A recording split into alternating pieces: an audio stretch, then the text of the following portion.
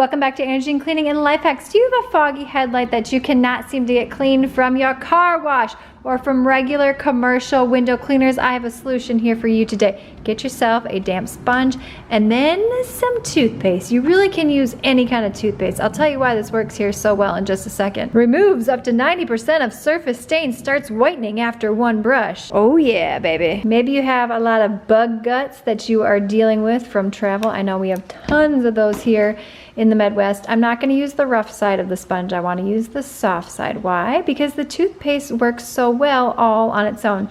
So get that nice and coated on your sponge. You can always add more. Now this is a combination of stickiness, dirt, and bug travel. You're gonna go in circular motions on your headlight, cover it entirely. A little goes a long way when it comes to using toothpaste on your headlight. Trust me, this works better than almost anything else that is out there. However, I do like some good WD-40 for your headlight restoration as well. Circular motions, and then what you're gonna do is we're gonna go ahead and just rinse our sponge off. I know what you're saying, Andrea Jean, that looks worse. No, I'll show you here why. All right, wet the same exact sponge with some warm water. Again, I'm just gonna, you can you see that right there?